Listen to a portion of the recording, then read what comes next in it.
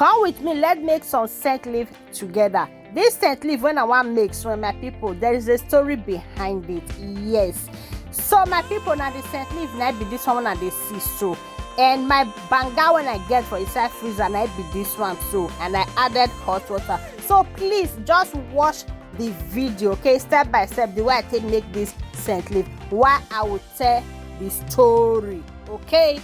So what's happen be say in 2016 when I get belle for my baby girl, okay, that's the baby of the house when I get the belle in 2016. So I can't go greet one of my friends. When I reach that my friend place, her neighbor come dey cook this scent leaf. Me personally, I know they like scent leaf.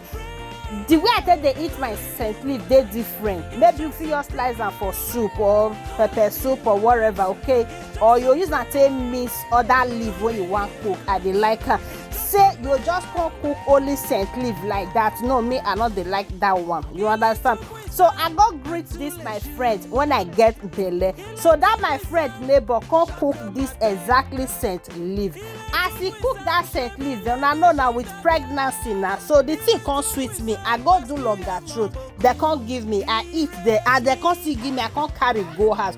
So after I don't eat and finish, I enjoy them very well. When I ask, say, which should be this one? They say na scent leaf. Maybe that because I get belle and I make me enjoy it. I don't know. So I can't go market, can't go buy that say scent leaf, can't cook am for house. My people now know me. If I want cook, I know they cook small. I can't cook pot of soup.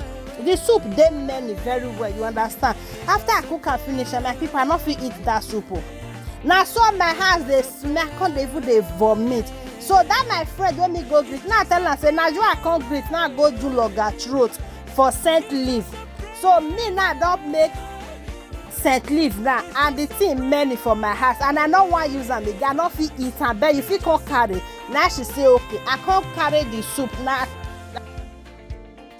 Carry the pot of soup as I just say cook and just turn her for container, carry and go give her for house like that.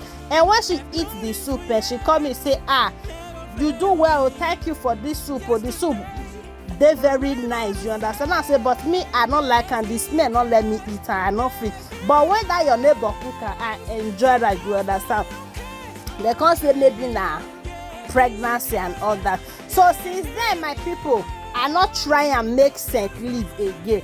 So now I say that scent leaf when I cook that time, make I try and again, make I see. So this one now, so I can't cook her, I can't fair boil her. That one when I cook that time, I not boil her. So thank you guys for watching and see you all in my next video. Una bye for now.